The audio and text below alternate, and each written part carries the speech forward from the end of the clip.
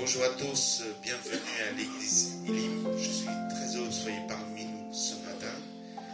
Avant de donner la place à la louange, nous allons prendre quelques instants à prier, vraiment courber la tête et prier pour nos besoins, pour notre pays, pour notre famille, parce que nous avons un Dieu qui écoute la prière de ses enfants.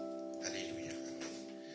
Amen. Seigneur, vraiment, nous venons avec un cœur reconnaissant devant toi, Seigneur. Que tu puisses nous bénir chacun, Seigneur. Seigneur, nous sommes dans ta maison, Seigneur. Que nous puissions encore recevoir de ton esprit, Seigneur. Que tu puisses nous remplir de toi encore ce matin, Seigneur. Que tu bénisses, Seigneur, ceux qui sont en ligne, Seigneur, qui n'ont pas pu venir. Et que tu bénis aussi ceux qui sont sur la route, Seigneur, qui vont aider à venir à bon port, Seigneur. Parce que tu veux qu'ils soient là, Seigneur, afin d'écouter ta parole, Seigneur. Merci encore pour notre pays, Seigneur. Nous voyons qu'il y a cette année, Seigneur, il y a certaines difficultés, Seigneur, mais nous te remettons tout entre tes mains, Seigneur, parce que tu as le contrôle sur chaque chose, Seigneur, et que tu veux toujours le bien pour tes enfants, Seigneur Jésus. Merci aussi pour que tu puisses aussi bénir nos familles, Seigneur. Peut-être, Seigneur, certaines familles, Seigneur, qui sont dans la difficulté, ou certaines personnes sont malades aussi, Seigneur. Vraiment, Seigneur, qui sont dans la tristesse, Seigneur. Seigneur, vraiment, que tu puisses donner, Seigneur, de ta chaleur, Seigneur, pour ces gens, Seigneur, pour ces familles, Seigneur. Vraiment, Seigneur, nous te remettons chacun entre tes mains, Seigneur Jésus. Merci encore, Seigneur, parce que tu es bon, tu es glorieux, tu es miséricordieux, Seigneur. Alléluia. Sois élevé, sois glorifié, au nom de Seigneur Jésus-Christ. Amen. Amen. Amen. Je vous demande de vous tous le lever, on va louer notre Seigneur. Je vais passer à Pasteur Katie pour la louange. Amen, Amen. C'est la joie dans la maison de Dieu. Et ce matin, le Seigneur va nous bénir encore. Nous proclamons toutes ces bénédictions sur nos familles, sur nos vies, sur cette année 2025. Il veut nous bénir avec toutes les bénédictions en lui, en Christ, dans les lieux célestes.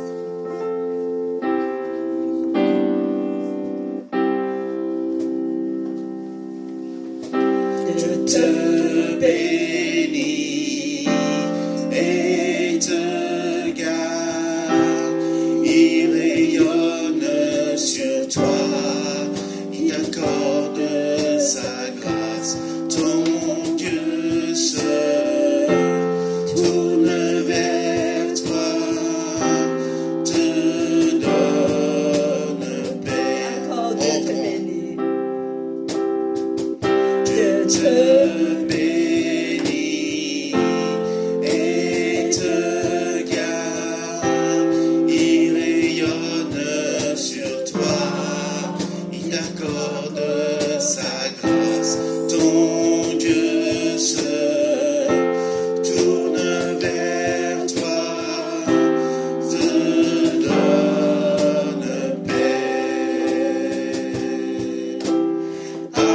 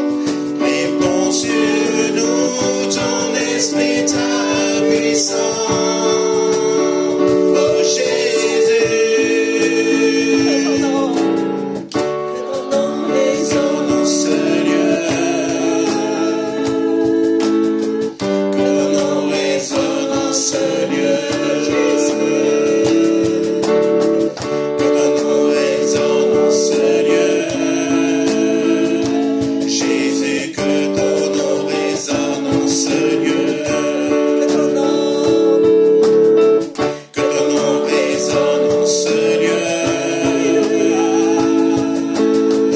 Que ton nom résonne en ce lieu. Que ton nom résonne en ce lieu. Jésus, que ton nom résonne en ce lieu. Les mieux tremblent au son de nos louanges, alors que nos voix s'unissent à celles des anges. Répands sur nous ton esprit, ta puissance, ô Jésus. Les murs tremblent au son de nos louanges, alors que nos voix s'unissent à celles des anges. Répands sur nous ton esprit, ta puissance, ô Jésus.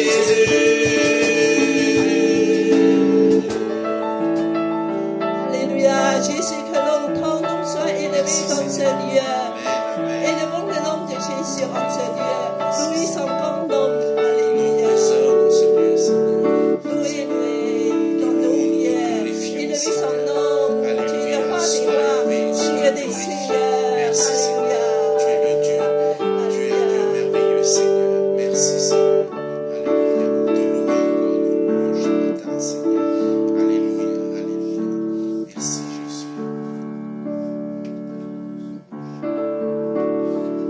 Tu es le pain de vie, Seigneur. Amen.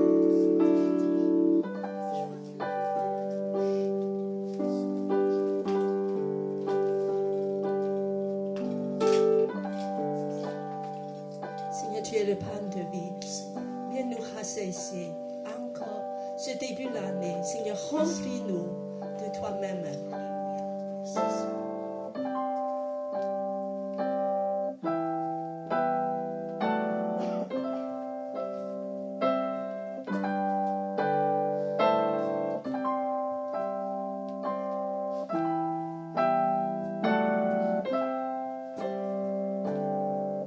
Tu es le pain de vie, rompu pour mes péchés. Ton corps sur cette croix, meurtri pour me sauver. Je me rappelle à coup déversé par amour. Cette alliance par ton sang me redonne la vie.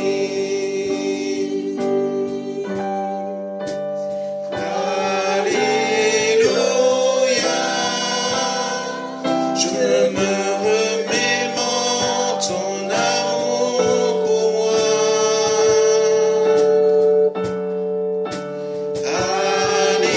Alléluia. Tes promesses je n'oublie Tu es le pas. pain de vie des pauvres. Tu es le pain de vie, rompu pour mes péchés. Ton corps sur cette croix, meurtri pour me sauver. Je me rappelle à coup déversé par amour. Cette alliance par ton sang me redonne la vie.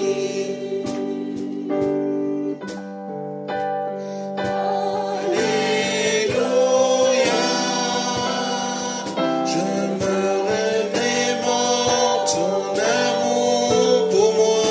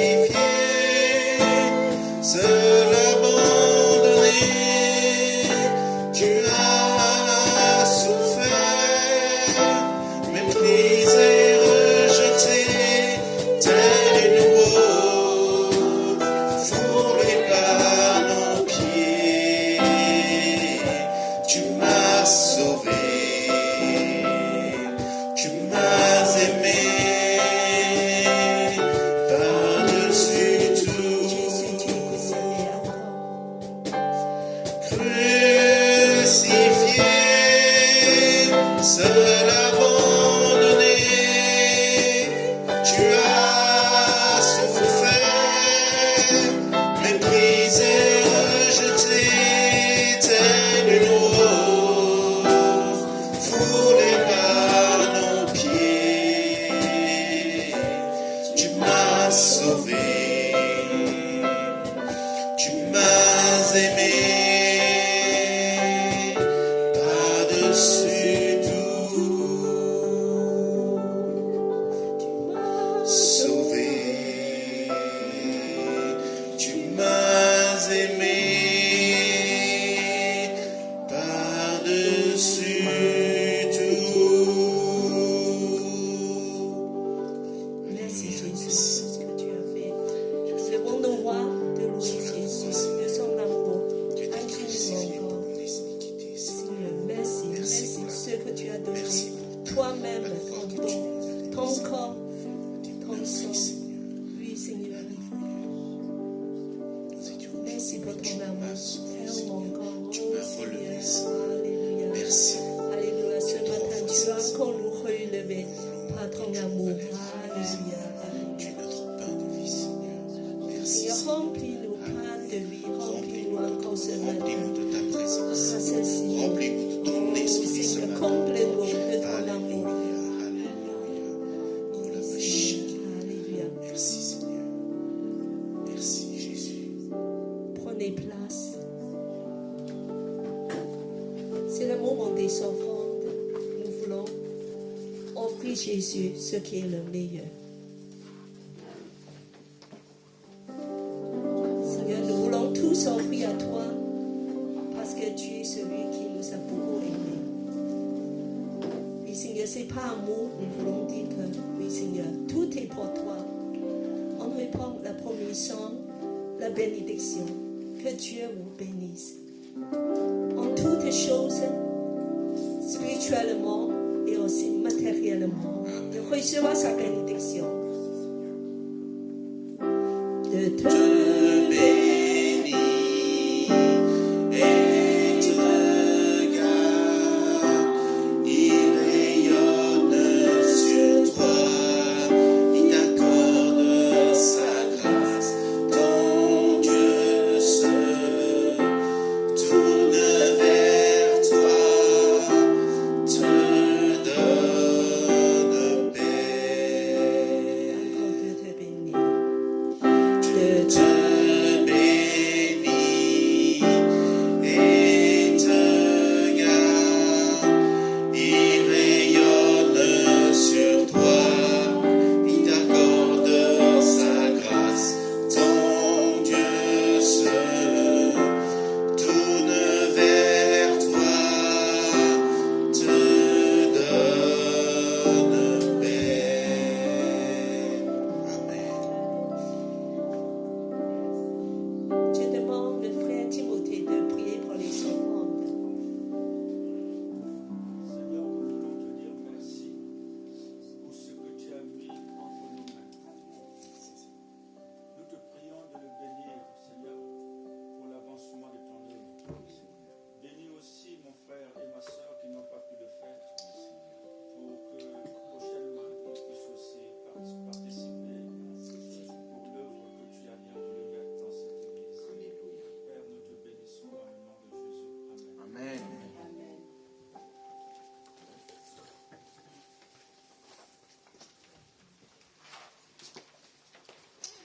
Rebonjour à tous, bienvenue à l'église Elim. Je suis très heureux que vous soyez parmi nous ce matin, vous qui êtes en présentiel, vous qui êtes à distance. Soyez les bienvenus. Alors nous avons quelques annonces.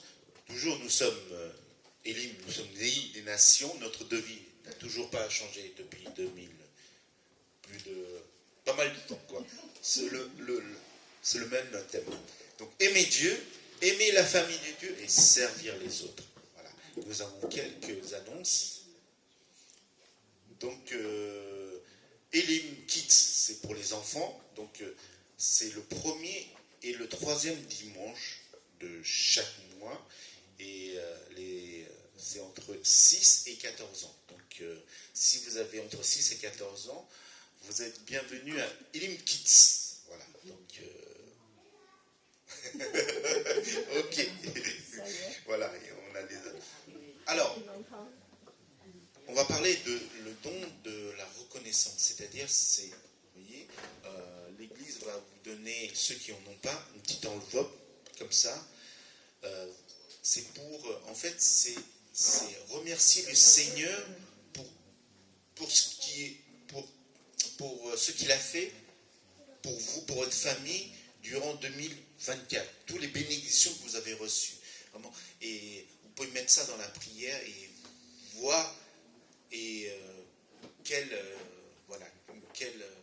pourcentage, quel montant vous pouvez donner pour ce don de reconnaissance. Et vous avez, normalement, janvier, février pour le faire. Vous avez 2 mois pour y réfléchir et remettre ça dans la prière. Et voilà. Alors, à partir du 13, c'est-à-dire à partir de demain jusqu'au 17, nous avons la semaine de jeûne et prière, comme tous les ans. La sœur Gladys va vous distribuer une feuille avec tous les requêtes de prière, tous les thèmes de prière.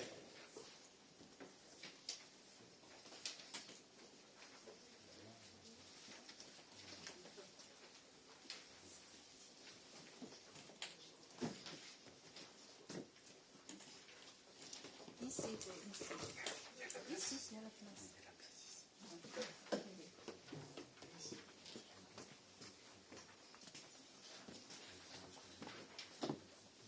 Quand Gladys aura fini de distribuer, Gladys, tu veux donner quelques précisions par rapport à la semaine de jeûne et prière? Nous sommes contents d'avoir des enfants. Et voilà. Tout à l'heure, comme j'ai dit, il y a Elim Kids, le 1er et le 3e. Donc, c'est la semaine prochaine. Tu vois, c'est ça, la semaine prochaine. Hein. Oui, alors concernant. Bonjour à tous. Concernant le jeûne et prière, donc il est étalé sur les 5 premiers jours de la semaine prochaine. Donc vous allez bien voir, il y a des sujets et il y a aussi un verset biblique à lire, à méditer.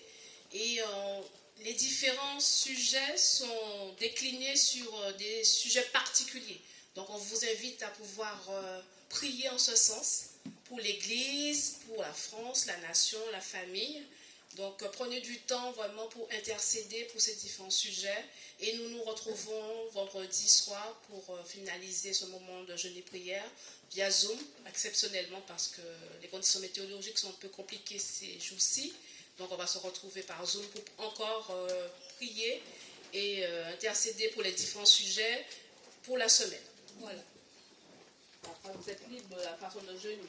Ok, merci Gladys pour ces précisions. Donc, c'est important en tant qu'enfant de Dieu chrétien qu'on puisse prier et jeûner. Jeûner, ça dépend. Hein, vous pouvez jeûner de différentes façons. En fait, c'est de nous priver de quelque chose qu'on fait d'habitude et de passer ce moment-là dans la présence du Seigneur, dans la prière, dans l'intercession. Voilà. Alors, le parcours des disciples. Normalement, c'est après le culte, nous allons commencer un nouveau module, comme on dit, une formule de... Voilà, nous allons étudier la lettre aux Éphésiens. Donc aujourd'hui, c'est le premier chapitre, on va étudier du verset 1 à 14. Donc, voilà. Je pense que Cathy a envoyé pas mal sur le groupe de l'Église. Je pense que la plupart de vous a commencé à lire le premier chapitre ou les premiers 14 versets du chapitre 1. Je ne sais pas, bon, bref. Voilà. Donc, le parcours des disciples, c'est tous les 2e et 4e dimanches de chaque mois. Donc le prochain, aujourd'hui, et après le prochain, c'est dans 2 semaines. Ok, c'est tout comme annonce. Ok. L'annonce, donc je vais passer la parole à Pasteur Cathy pour le message du jour. Alors, j'invite d'abord les enfants qui puissent aller dans les salles parce qu'il y a quand même, on a prévu des activités pour vous. Voilà. Donc, les grands puissent raconter une histoire aux petites, c'est formidable. Alors ce matin, je voulais dire que c'est merveilleux être dans la maison de Dieu. Ce début de l'année, c'est toujours encore la nouvelle année.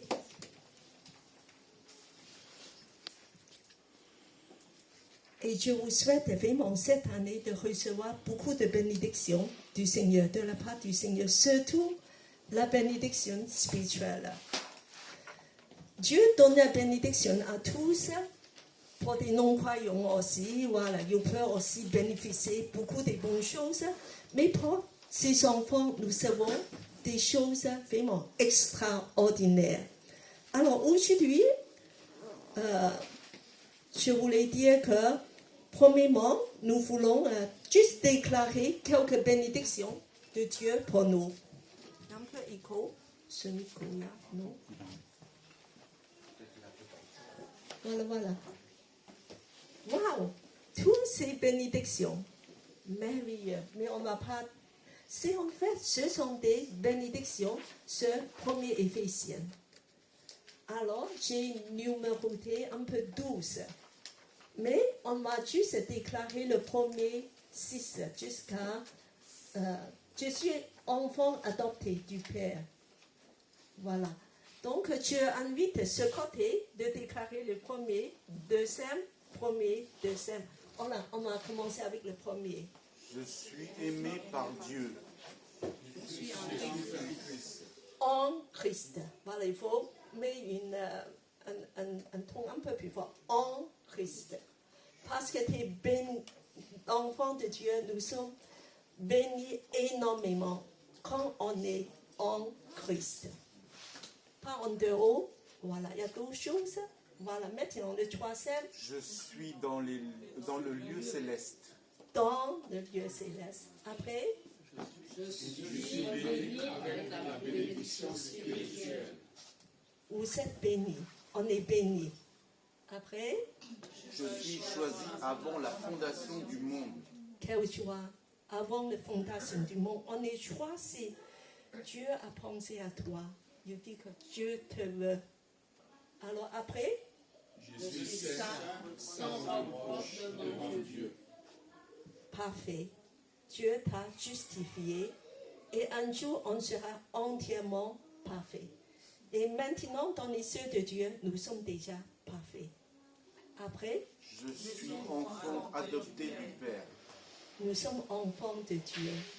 Si le monde ne t'aime pas, tu es le préféré, désiré par le Père. Nous sommes enfants adoptés. Voilà, toutes ces bénédictions. Et on va approfondir ça après-midi dans la lettre aux Éphésiens. Alors, et aujourd'hui, je vais vous partager avec un message, une église en réveil. Alors, qui peut être cette église en réveil? Voilà. Avant ça, alors je dis quelque chose sur la semaine de jeûne et prière. C'est un bon moment, on puisse chercher Dieu, de savoir ce qu'il attend de nous cette année. Est-ce qu'il y a des projets personnels, des projets professionnels, des projets familiales, relationnels, et quels sont les projets pour l'Église aussi? Tout ça, on va se placer devant Dieu, de dire que Dieu, qu'est-ce que tu attends de moi cette année? Dieu a préparé des choses et surtout pendant cette semaine de se nourrir de Jésus, le pain de vie. Tu auras plus faim, tu auras plus soif. Jésus te nourrit, il va te combler, il va te rassasier. Et Jésus est le plein de vie. N'oubliez pas de passer ce temps. Et en fait, quand on réfléchit un petit peu à tous ces projets, il y a toujours des choix à faire, surtout les priorités. Alors, quelles sont vos priorités? Est-ce que c'est plutôt se centrer sur Dieu ou est-ce que c'est quelque chose que moi j'ai très envie de faire pour moi, de demander Dieu, fais mon cœur. Il faut chercher premièrement le royaume et la justice de Dieu. Et tout le reste sera donné par-dessus. Si on place la priorité en Dieu, Dieu est fidèle, tu vas recevoir le reste des choses matérielles. Amen. Donc, alors, et autre chose, je voulais dire, s'il y a eu des échecs l'année dernière, il y a des choses. Alors, le plus important n'est pas de pleurer, mais juste de dire que Dieu aide-moi à se lever et de changer. Il faut que je change. Il y a des choses et mon comportement n'est pas bon, mes pensées n'est pas juste. Change-moi, Dieu, change-moi. Je voulais te laisser faire ce travail en moi. Alors, donc, il y a tout ça à réfléchir. Je vous souhaite une très bonne semaine de jeûne et prière. Être rempli de Jésus. Après, alors nous voulons voir une église en réveil. Alors, cette église est l'église d'Éphèse. On va lire un petit peu ce qui s'est passé dans cette église. Il y a des choses extraordinaires qui s'est passées. C'est dans Actes. En fait, il y a 2 chapitres qui vont parler de ça, 19 et 20. Alors, comme on n'a pas tout lire, on va juste lire quelques passages. Alors, je demande le début. Philippe, tu peux lire? Pendant qu'Apollo se trouvait à Corinthe, Paul, après avoir traversé la région montagneuse d'Asie mineure, descendit à Éphèse. Il rencontra un petit groupe de disciples et leur demanda: avez-vous reçu le Saint-Esprit quand vous êtes devenus croyants? Ils lui répondirent: nous n'avons même pas entendu dire qu'il y ait un Saint-Esprit. Quel baptême avez-vous donc reçu? Poursuivit Paul. Celui de Jean-Baptiste, lui répondit-il. Oui, reprit Paul, Jean-Baptiste les Israélites pour indiquer qu'il changeait de vie, mais il leur disait aussi de croire en celui qui viendrait après lui, c'est-à-dire en Jésus-Christ, en Jésus. Après avoir entendu cela, ils furent baptisés au nom du Seigneur Jésus. et après, je demande Claudia à lire. À partir du verset 6. Oui, jusqu'à la fin. Paul leur imposa les mains et le Saint-Esprit descendit sur eux. Ils se mirent à parler dans diverses langues et à prophétiser. Il y avait là environ 12 hommes. Paul se rendit ensuite à la synagogue où pendant 3 mois il prit la parole avec une grande assurance. Il y parlait du règne de Dieu et s'efforçait de convaincre ses auditeurs. Mais un certain nombre de Juifs s'endurcissaient et refusaient de se laisser convaincre. En pleine assemblée, ils tinrent des propos méprisants au sujet de la voix du Seigneur. Alors Paul se sépara d'eux et prit à part les disciples qui continuaient d'enseigner tous les jours dans l'école nommée Tyrannus. Cela dura 2 ans, si bien que tous les habitants de la province d'Asie, tant juifs que grecs, entendirent la parole du Seigneur. Dieu faisait des miracles extraordinaires par les mains de Paul. Voilà. Donc, on est à la découverte de l'église d'Éphèse. Alors, on va le suivant. Voilà, il y a 2 choses.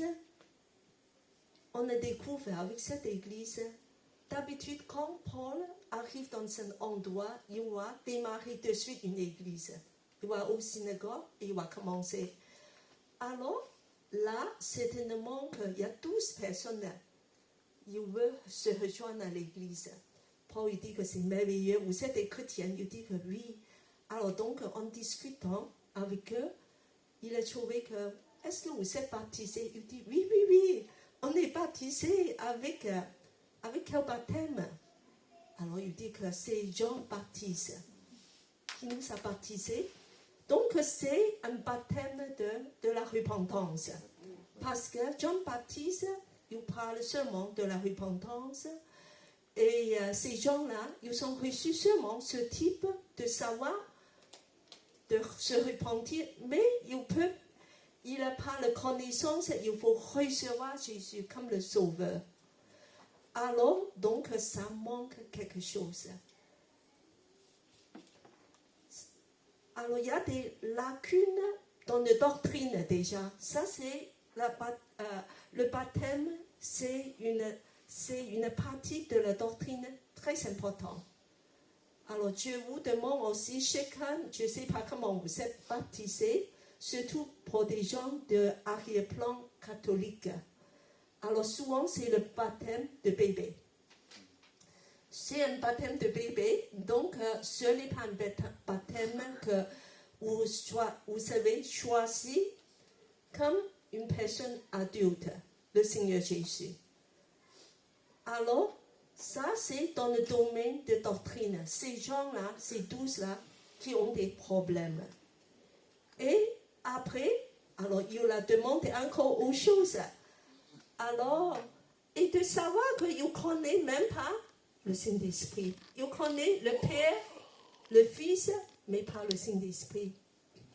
Donc, sans le Saint-Esprit, dans l'Église, alors ça ne sera pas complète, parce que le Nouveau Testament, c'est une Église remplie de Saint-Esprit depuis le début de Pentecôte.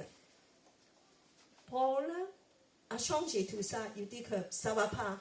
Alors, des croyants, il faut que vous soyez baptisés correctement, avec une doctrine correcte, et aussi avec être rempli de Saint-Esprit.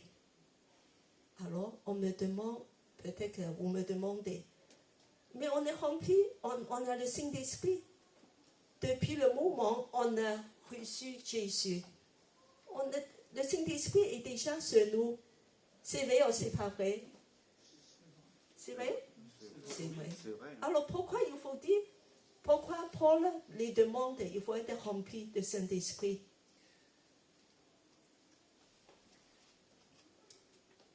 Pourquoi? Alors, en fait, malgré que le fait que nous avons le Saint-Esprit, mais on peut dire le niveau de Saint-Esprit en nous, c'est différent. Dans chaque personne, il y a ceux qui sont remplis, qui est vraiment que le Saint-Esprit les conduit, les contrôle, ils marchent dans le Saint-Esprit. Donc, ils sont un petit peu comme remplis de vin. Voilà, une image. Alors, tandis que d'autres, c'est comme dans une maison, tu invites quelqu'un dedans, alors la personne, il dit que tu restes là, tu ne bouges pas. Voilà, c'est bon pour toi. Mais il y a d'autres personnes qui disent que sois le bienvenu, tu peux aller où tu veux, tu peux aller dans toute ma maison, voilà, fais tout ce que vous voulez. Il y a d'autres qui disent, vous restez dans la cuisine, c'est bon. Alors, c'est un petit peu comme nos états. Si on est juste permis le Saint-Esprit de nous conduire dans des domaines très limités, alors il ne va pas nous remplir. C'est ça, on parle de la plénitude du Saint-Esprit. Et dans Éphésiens, on parle souvent de la puissance du Saint-Esprit. Et il y a même une commande de dire que sois rempli de Saint-Esprit, sois rempli. Cette plénitude de Saint-Esprit, c'est très important dans l'Église. C'est pour ça que je voulais cette année que Dieu va remplir Élim. Nous saurons la plénitude de Saint-Esprit. Donc, cherchez pas seulement des dons de Saint-Esprit, mais aussi des fruits de Saint-Esprit. Que le Saint-Esprit nous transforme dans nos caractères, dans nos comportements. Le don de Saint-Esprit aussi, il faut qu'il y aura une augmentation de tous les dons de Saint-Esprit.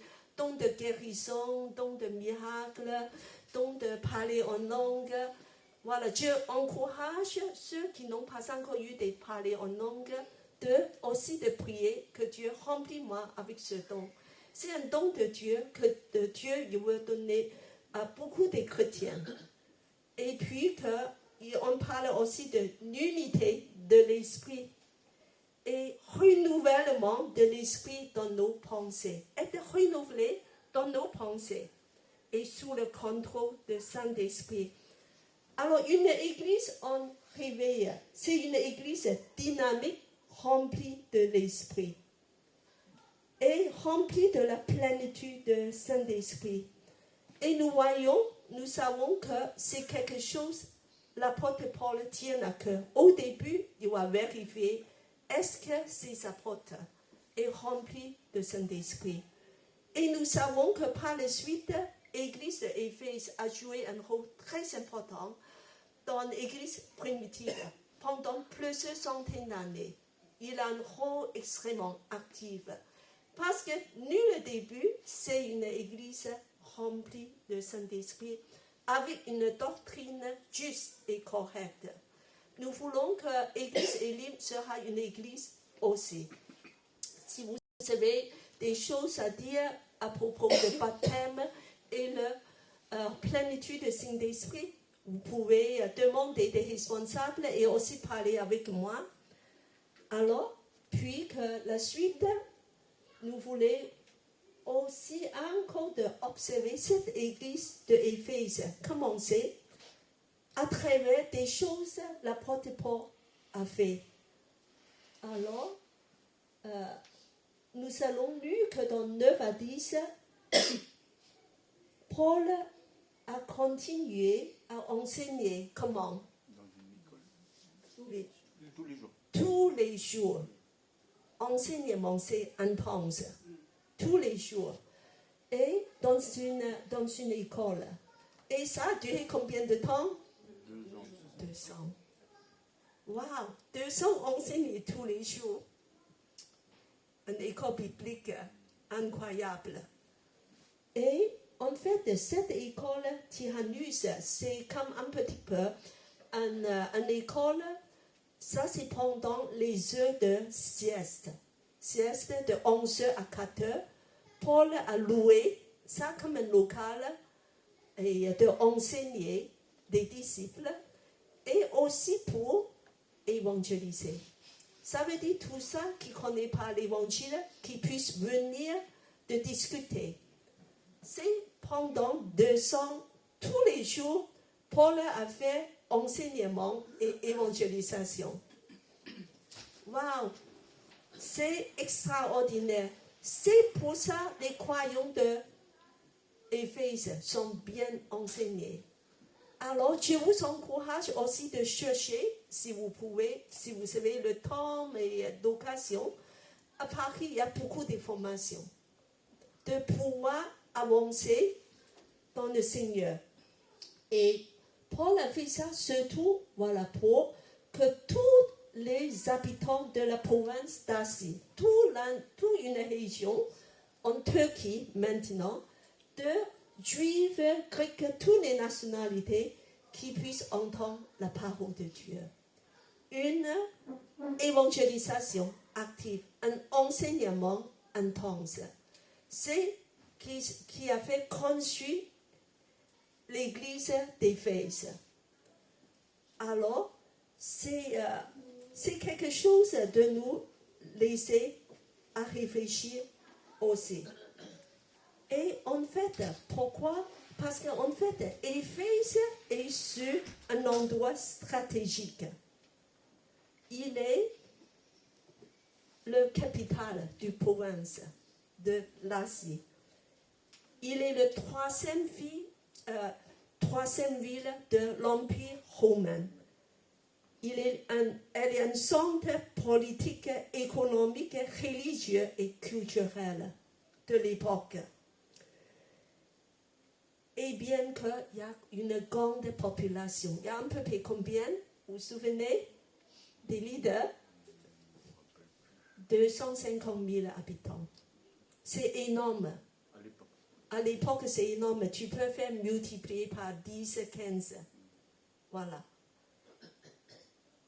Eh bien, il est situé dans un endroit tellement important, Paul n'a pas besoin d'aller ailleurs. Il reste là, il y a toutes les nations qui viennent vers lui. Et après, on a su que toute la région, il y a des gens qui ont écouté, ces disciples ont implanté beaucoup d'églises. Alors, est-ce que vous pouvez nommer quelques églises dans la région? Connaissez? Il y a d'autres églises dans la région. Alors, par ses enseignements, pendant 2 ans, il a rempli d'églises pour toute la région. Quelles sont des églises dans la région? Pas loin d'Éphèse. Qui peut me dire quelques-uns? Vous qui... Voilà, il faut chercher dans le cadre. Il y a un livre, il y a un épître dans le Nouveau Testament qui porte ce nom. Colosse. Très bien. Un point pour Timothée. Et quoi donc? Il y a 7 églises dans l'Apocalypse. Laodicée, il y a quoi encore? Thyatire, voilà. Et Sartre, Philadelphia et encore. Voilà. Et en fait, voyons comment Éphèse devient le centre pour toute une région grâce à une évangélisation active et un enseignement actif. Alors, est-ce que vous avez réfléchi? Paris? Nous sommes tous à Paris. Paris, c'est stratégique. Paris, c'est la capitale de France. C'est une ville très importante en Europe. Et si Paris aura un réveil, qu'est-ce qui va se passer? Ça va changer la France. Paris, il y a combien d'habitants dans toutes les régions parisiennes? 1 million et quelques. Ça, c'est à Paris, non, c'est beaucoup plus que ça. Il y a 13 millions. 13 millions dans toute l'île de France. Et ça veut dire un Français sur 5 habite à Paris. C'est très important. Alors, est-ce que vous avez posé les questions? Pourquoi tu es à Paris? Pourquoi Dieu t'a placé à Paris? Il y a même beaucoup de gens qui disent que oh, j'aime pas Paris. Moi, je m'en vais dès que je peux. C'est peut-être par la volonté de Dieu. Priez devant Dieu. Pourquoi tu es à Paris? Dieu a un projet pour toi à Paris. Moi, je viens de Bordeaux. En fait, je n'ai pas du tout le plan d'installer à Paris. Mais Dieu m'a appelé. Et pour vous, vous êtes des habitants de Paris. Cette année, cherche la volonté de Dieu de dire que Dieu, pourquoi je suis à Paris? Qu'est-ce que je peux faire pour toi à Paris? Paris, c'est une vie des nations. Une vie de grande culture, de toute l'Europe du monde. Il a beaucoup d'influence sur l'Europe, sur le monde. Et est-ce que Dieu veut déposer dans ton cœur des projets pour Paris afin qu'il puisse faire avancer ses projets?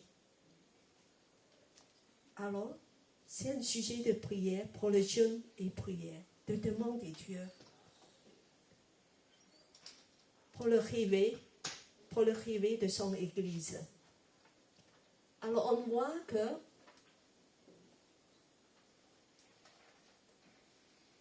nous voulons dire que pour l'Église Elim aussi, que Dieu utilise pour l'évangélisation. Nous sommes au plein centre de Paris. Nous avons le grand mandat. Et nos églises se nomment Église des Nations. Et puis que pour enseignement aussi, nous voulons que la parole de Dieu soit au centre. C'est pour ça que je vous ai lancé un défi. Cette année, nous allons étudier le livre d'Éphésiens en profondeur. une autre approche pour qu'on puisse grandir dans la parole, en maturité. Le thème de Éphésiens, c'est de grandir en maturité. Alors, la parole est au centre de Élim, parce que Jésus est le pain de vie. La parole de Jésus est l'esprit et vie. Alors Dieu vous souhaite d'être attentif, pas seulement à la prédication, mais être assidu au parcours d'étude de ce livre, pour pouvoir grandir ensemble. Nous voulons chercher, pas seulement de venir 2 fois, par mois pour ce parcours, mais aussi de lire et méditer la parole de Dieu tous les jours. Le début de l'année, c'est bien d'adopter un plan de lecture. Alors maintenant, plus d'excuses pour dire que moi, je n'arrive pas à lire la Bible. Il y a tellement de plans sur Internet. 1 an, 2 ans, 3 ans. Il y a même 1 mois. Voilà, il y a des plans pour vous. 1 mois sur des thèmes. 5 jours sur un thème que tu peux choisir comme à la carte. Voilà. Et centrer sur la parole de Dieu. Méditer, chercher et grandir dans la parole de Dieu. Et faire aider par tous ces qui sont applications. Il y a plein de choses matérielles sur Internet. C'est pour ça que je dis que la parole de Dieu, l'enseignement, c'est la base. Et aussi, action d'évangélisation, c'est la base. C'est la base pour l'Église en réveil. Est-ce que vous voulez avoir une Église en réveil? Je prie que Dieu, à travers les Jeux olympiques l'année dernière, commence à allumer la flamme dans des églises parisiennes. Il y a beaucoup plus d'actions d'évangélisation, de prière. Donc, continuez de dire que Seigneur, donnez-nous un réveil. Nous voulons être équipés, racheter le temps, saisir d'autres formations si c'est possible. Dieu a un plan pour toi à Paris. Et la suite.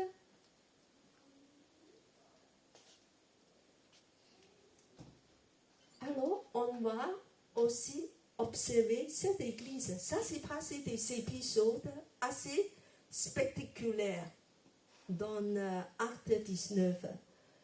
Alors, premièrement, remarquez que Éphèse, c'est un haut lieu de pratique magique et sorcellerie.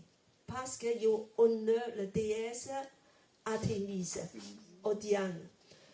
Alors, c'est la déesse de fécondité. Voilà. Et grâce à la prédication, enseignement et évangélisation de Paul à l'Éphèse pendant 2 ans, nous voyons qu'il y a des choses extraordinaires qui s'est passées. Alors, il y a plusieurs épisodes. Je vous propose à retourner chez toi et de lire en chapitre 19. Alors, je veux citer quelques épisodes, quelques incidents. Alors, premièrement, alors il y a des manifestations de miracles et guérisons extraordinaires à Paris. Qui peut me dire quelque chose qui s'est passé à Paris? Pas à Paris, à Éphèse. Je suis très branchée sur Paris. À Paris aussi, ça s'est passé des choses. Alors, et en fait, des linges et des étouffes touchés par Paul deviennent même puissants. Et ils peuvent même guérir des maladies. Et on pose ces choses sur des gens malades. Des gens sont guéris. Waouh, c'est extraordinaire. C'est, waouh, il y a une puissance qui se manifeste. Et il y a un incident qui est extraordinaire. On a raconté aussi. Il y a des juifs exorcistes charlatans. Alors, c'est les 7 fils de Sheba. un sacrificateur. C'est raconté en versets 13 à 17. Alors, ce qui s'est passé, alors il fait un peu le commerce de religion. Alors, donc, ils vont chasser le démon chez les gens. Bien sûr, moyennant toujours quelque chose. Alors, comme il sait que le Jésus que Paul invoque est puissant, il dit que nous, il faut utiliser des noms puissants, des titres puissants. Donc,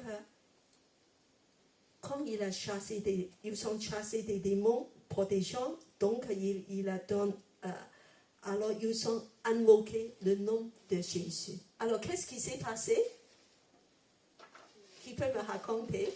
Le démon leur a parlé. Le démon a parlé. Alors, tu peux raconter les détails, Patricia? C'est très rigolo.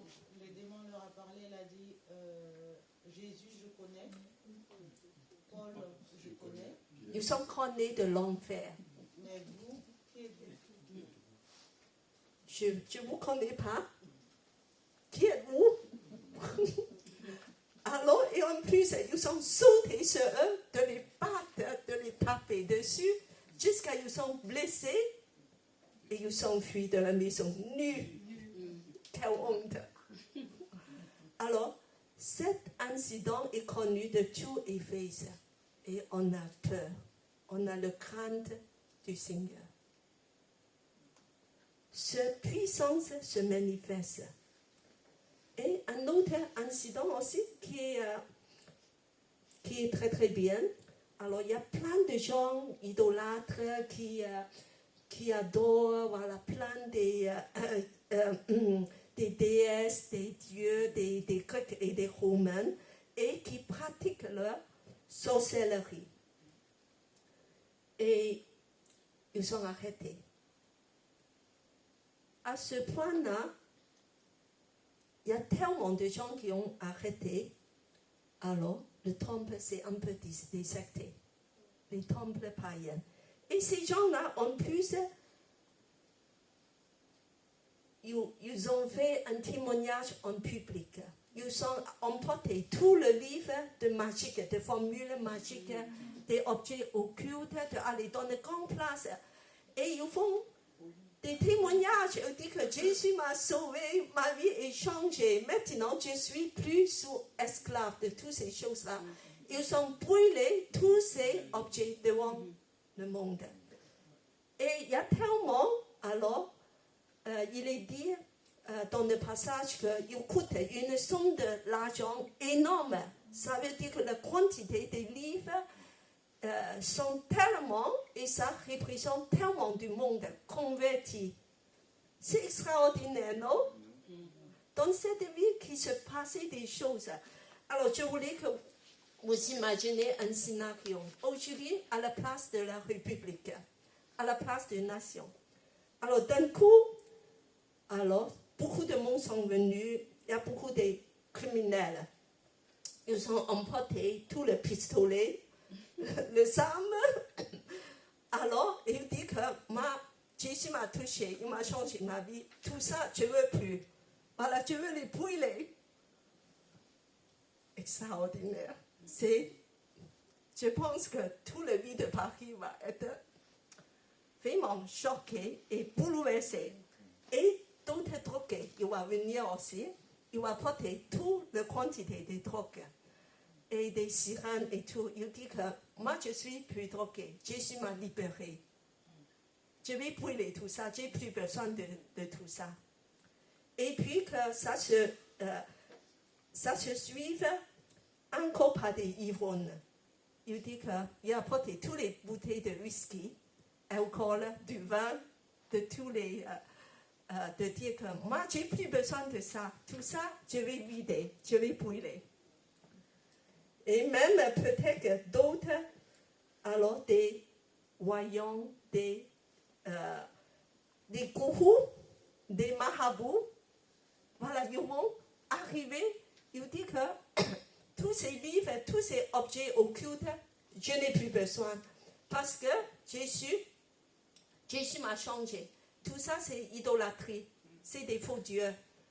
Waouh! Imaginez ce scénario qui se passe à Paris. Est-ce que Dieu est capable de faire une chose pareille?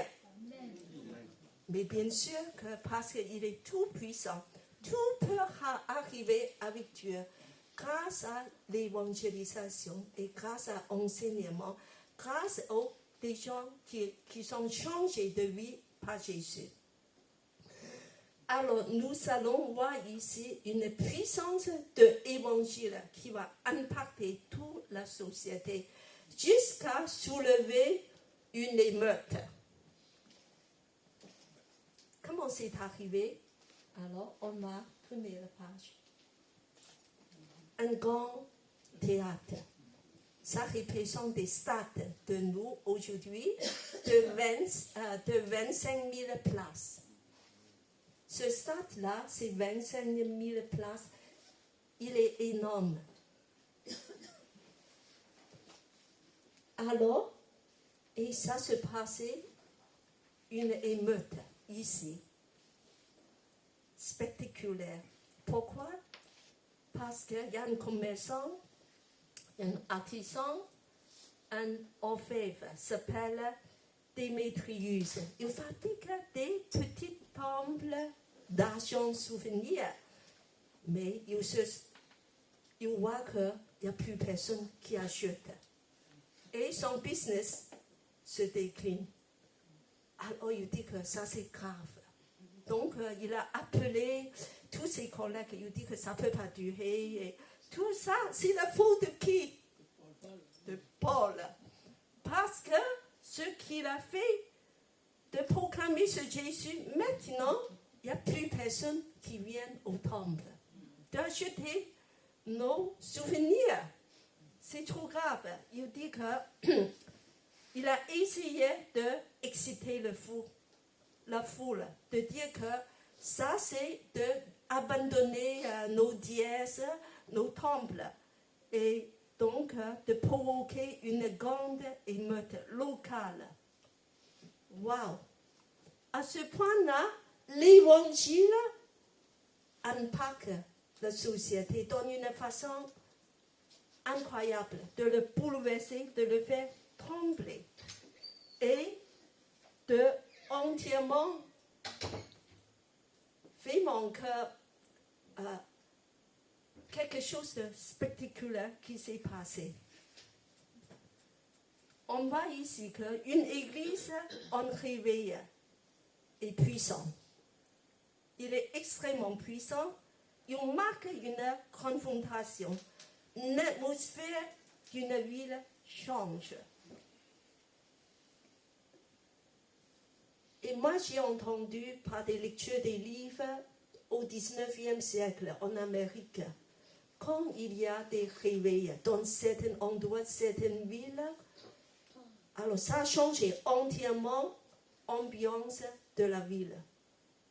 D'un coup, tous les bars, tous les pubs sont fermés. Et d'un coup, il n'y a plus de crimes. Et la police a dit que nous n'avons plus rien à faire. Il n'y a plus de travail pour nous. À ce point-là, ça s'est vraiment passé réellement. Et nous voyons que la puissance de l'évangile qui bouleverse tout un endroit. Et nous voulons qu'une église vraiment en réveille, parce qu'il mène un combat spirituel. Mais Dieu est toujours victorieux. Jésus est victorieux. Dans ces combats spirituels où nous voyons que Paul est protégé. Il n'a pas eu de problème. Et puis que Dieu a su protéger aussi ses enfants. Mais nous voyons cet grand impact sur la société. Alors aujourd'hui, prions que Dieu va emmener des grands impacts sur nos sociétés.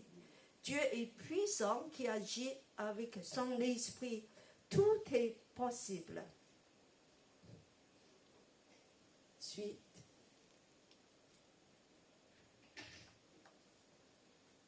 Alors, quelles sont les clés pour une église en réveil? l'église est faite des faits. C'est juste 200. Paul a resté là 300. Mais ça a provoqué tout un changement. Ça a tremblé toute une région. Cette puissance.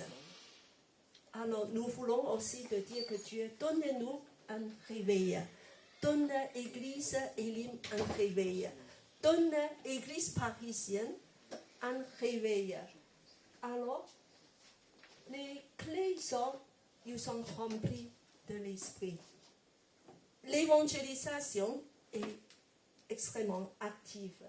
Enseignement est approfondi et intense. Et il y a une manifestation de puissance, de guérison, de miracles. Bien sûr qu'il y a des grands leaders comme Paul, mais toute l'Église est derrière. Aussi de faire son travail avec Paul. Donc nous voulons dire que, Seigneur, donne-nous cette année l'audace des nouveaux projets, la foi, d'avancer. Dieu va faire des grandes choses pour nous, pour Paris.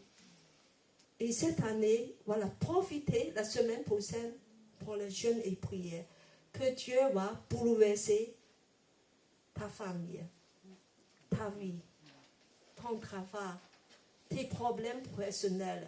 Dieu va emporter un changement. Et même pour nos églises, nous voulons voir un réveil. Nous voulons rêver déjà, mais de demander, de prier pour un réveil. Que Dieu nous remplit Elim. Dieu nous fait grandir, chacun de nous. Amen. Je demande Saint-Louis à prier. Merci Seigneur pour ta parole, Seigneur, qui nous aide. Que tu puisses nous aider à grandir, Seigneur, comme les personnes des premières églises primitives à Éphèse, Seigneur. Vraiment que tu nous remplis de ton esprit et que tu nous aides à pas, Seigneur, à avancer dans ton royaume et à te connaître, Seigneur, par l'intermédiaire de ta parole, Seigneur. Qu'on puisse étudier ta parole, Seigneur, s'imprégner de toi et vraiment te connaître mieux pour te mieux te servir, Seigneur. Et savoir ta volonté dans chacun de nous, dans les visions que tu as pour nous, dans le défi, Seigneur, que tu as prévu pour chacun d'entre nous pour cette année 2025, Seigneur. Et pour ton église Elim et pour toutes les autres églises, Seigneur, qui se trouvent autour de Paris, Seigneur. Merci encore, Seigneur, de pourvoir à chacun des... Je sais que tu es à la tête de toutes les églises, Seigneur. Vraiment, Seigneur, que tu puisses nous bénir, que tu puisses nous réveiller, Seigneur, qu'on puisse avoir ce réveil dont tu parles, Seigneur. Merci encore, Seigneur, pour toutes choses, Seigneur. Que ton nom soit loué, que ton nom soit élevé, Seigneur. Et nous voulons te prier pour te remercier, parce que c'est toi qui nous as tout donné, Seigneur. Merci encore, Seigneur. Nous te prions, nous te remercions, au nom de Seigneur Jésus-Christ. Amen. Amen. Que Dieu nous donne un réveil de nos vies personnelles déjà. Il y a des signes de réveil, en fait, à Paris. Et nous croyons que la prière, c'est une grande puissance. Viens à la réunion de prier ensemble, de croire à travers la prière. C'est Dieu qui agit, qui fait des choses puissantes. Et la semaine prochaine, si vous avez des projets, vous avez des pensées, je vous invite à partager, à témoigner. Alors, et la suite, je voulais expliquer un petit peu l'organisation de l'Elim de nos églises, parce qu'il y a des gens qui me disent qu'ils voulaient savoir un petit peu plus. Alors, depuis septembre, on est un peu organisé sur ce formule. C'est la première semaine, on a toujours un repas communal. Le but, c'est d'inviter nos familles, nos amis, aussi pour l'évangélisation et aussi pour la communion fraternelle.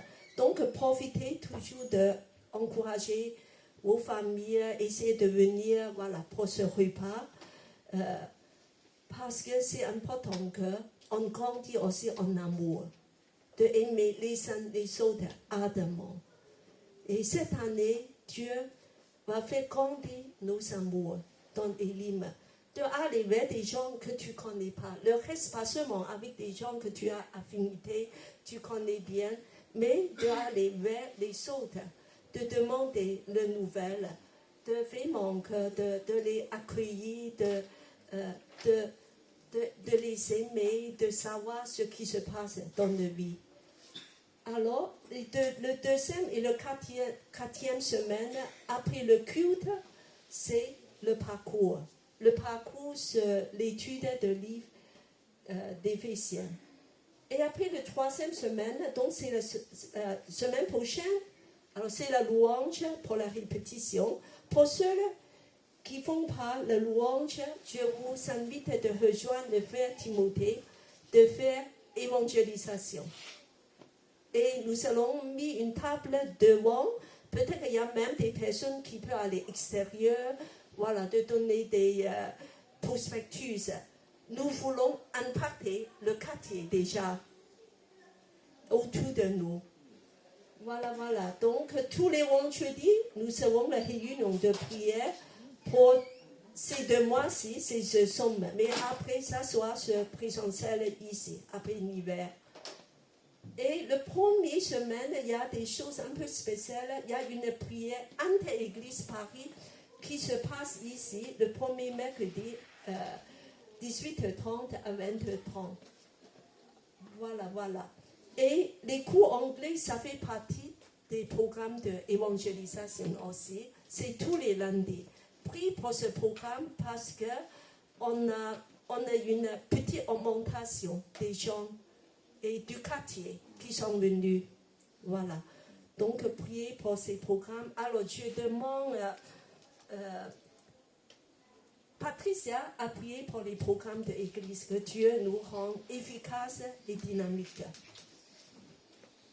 Seigneur de l'amour de Papa, Seigneur mon Dieu, nous te présentons, Seigneur mon Dieu, le programme pour ton Église, Seigneur mon Dieu. Je te prie, Seigneur mon Dieu, de bénir chacun de ces programmes, Seigneur mon Dieu.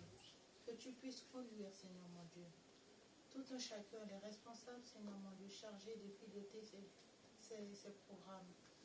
Chacun de mes frères et sœurs, Seigneur mon Dieu, qui vont s'engager, Seigneur mon Dieu, tout au long de cette année, Seigneur mon Dieu, à participer activement, Seigneur mon Dieu, à ce programme, afin que nous puissions, Seigneur mon Dieu, de même cœur, Seigneur mon Dieu, grandir en maturité spirituelle, Seigneur mon Dieu, que nous puissions, Seigneur mon Dieu, à travers, Seigneur mon Dieu, notre transformation, Seigneur mon Dieu, témoigner de ta grandeur, de ta puissance, Seigneur mon Dieu, au sein de l'Église, au sein de nos familles et à l'extérieur également, Seigneur mon Dieu. Dieu d'amour, Dieu trois fois saint, je mets à tes pieds, Seigneur mon Dieu, chacun de ces programmes et conduis toutes choses, Seigneur mon Dieu.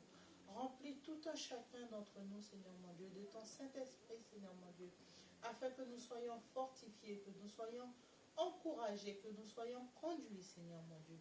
Pour Dieu d'amour, Seigneur mon Dieu, que nous puissions, Seigneur mon Dieu, révéler, Seigneur mon Dieu, par les fruits, Seigneur mon Dieu, de ton esprit, ta grandeur, ton amour, Seigneur mon Dieu, pour chacun d'entre nous. Au nom puissant et glorieux de Jésus, j'ai prié.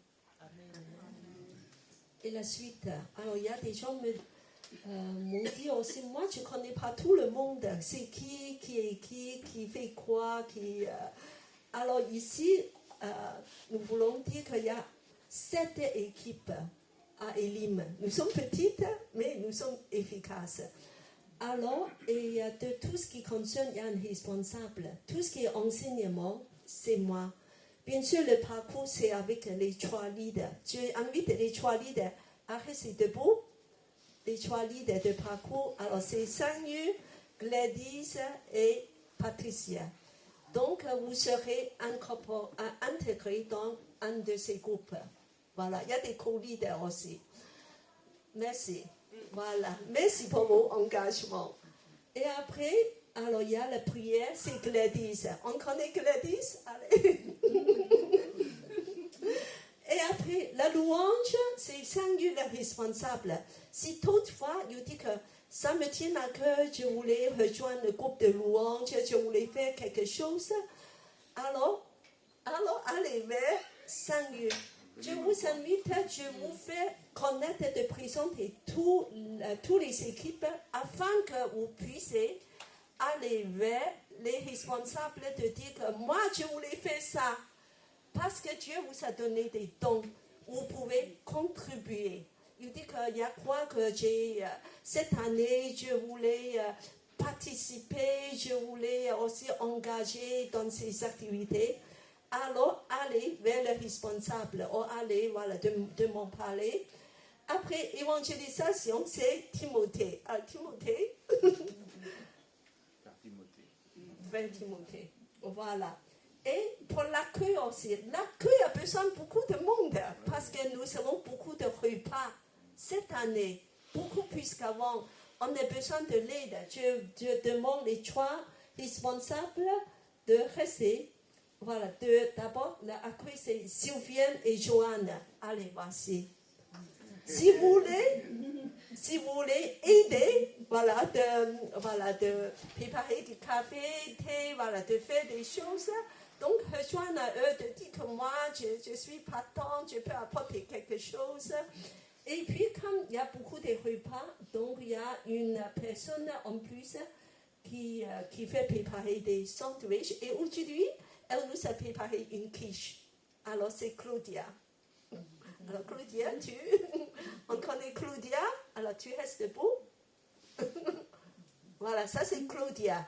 Alors, si tu dis que moi, je voulais aussi apporter quelque chose, donc tu parles Claudia. Parce que comme ça, elle est un peu soulagée et secondée. Voilà, si vous voulez proposer quelque chose. Parce que les deux parcours, on mange des quiches et des sandwichs. Après, les enfants, c'est Adèle. Adèle, voilà. Et nous avons besoin des moniteurs et aussi, pour aider aussi dans les enfants. Alors, si vous voulez donner un coup de main, parlez à Adèle. Alors, il dit que moi, je ne connais rien pour les enfants, mais on va vous former. Voilà, on va vous donner une petite formation. Et comme ça que vous pouvez aussi participer parce que nous remercions, il y a une augmentation d'enfants dans nos églises récemment. Il faut vraiment les aimer, il faut les nourrir, voilà. Donc on a besoin surtout ce secteur-là qui est nouveau de l'aide. Voilà, donc parle à Adèle. Après, il y a entretien de propriété, alors c'est Nathalie. C'est où Nathalie? Tu as appelé Nathalie de venir? Voilà, elle fait même les enfants, tu vois. Elle est déjà engagée. Alors, être propre, c'est très important. Ici, alors on m'a essayé d'organiser, de faire le ménage régulièrement. On a besoin aussi plus que Nathalie, sinon Nathalie sera très fatiguée. Alors Nathalie, je vais te présenter comme le responsable de propriété et entretien. Voilà, des gens peuvent adresser à Nathalie, de dire que moi je suis partante de donner un coup de main pour laver le parterre, pour nettoyer des vitres, pour nettoyer les toilettes. Alors donc on va organiser, peut-être avec aussi une bonne organisation pour que ça soit propre tout le temps. Alors donc on voulait applaudir toutes ces personnes engagées.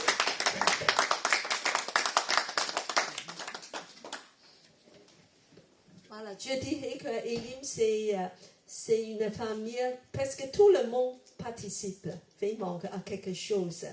Alors, priez pendant les semaines de jeûne et prière, aussi de dire, Dieu, qu'est-ce que je peux faire pour Elim cette année? Montre-moi si je peux, dans mon engagement, et puis que nous voulons, à la fin de dire que maintenant, aller chercher une personne que tu ne connais pas trop et de lui donner la bénédiction de Dieu, que Dieu te bénisse cette année et de prier avec elle ou avec lui. Voilà, maintenant, aller chercher une personne avec la bénédiction de Dieu. Que Dieu te bénisse. Le culte est terminé, mais après, de suite, aller chercher une personne de les saluer avec la bénédiction de Dieu.